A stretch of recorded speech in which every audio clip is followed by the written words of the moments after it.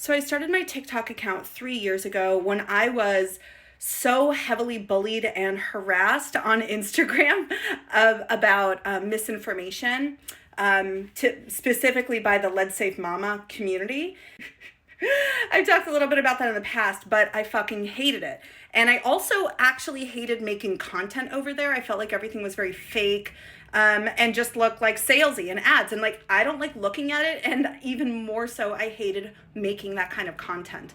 I started trying to make that kind of content here, and it sucked and it didn't do well. And I also didn't enjoy making it, but I didn't know what the culture was over here. So then I started seeing all these videos where I was getting educated, and I was like, you know what? Instead of talking about my company and my cups and like their features and benefits, I'm just going to talk about why I made them to begin with. I started talking about all the research that existed out there, that I felt like everybody was ignoring. One of my messages from the very beginning to this day is you don't have to be super crunchy granola in order to be anti-plastic. From the very beginning, I felt like there was this hierarchy and this judgment within moms, right? And just with women about like who was like crunchier and who was more green and more clean, right? You give your child organic milk. Well, I give my child raw milk, and it was like this constant one-upmanship. And I felt like there was a lot of guilt around moms. Like, you weren't a good mom unless you owned chickens and you baked every single meal from scratch and everything you wore was hemp, and at night, like, you read stories by candlelight. You know what I mean? And even back 3 years ago, that was before everyone knew about like the crunchy to alt-right pipeline.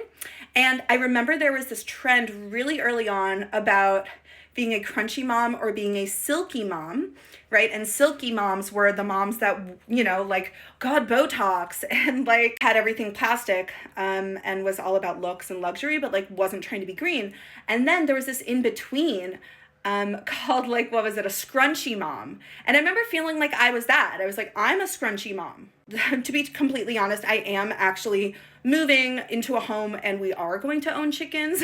I'm really excited about it. But in no way, shape, or form am I judgmental against anybody that doesn't do that, right? I still enjoy conveniences, and I like to be science-based in my approach and not judgmental against other people, because every little bit counts, right? And if we're judgmental against each other and say, well, unless you own chickens and do raw milk and everything complete and like grow all your own food, then you're a bad mom. And I don't think that's true. And especially with the raw milk part, but I really think that every little bit counts, progress, not perfection.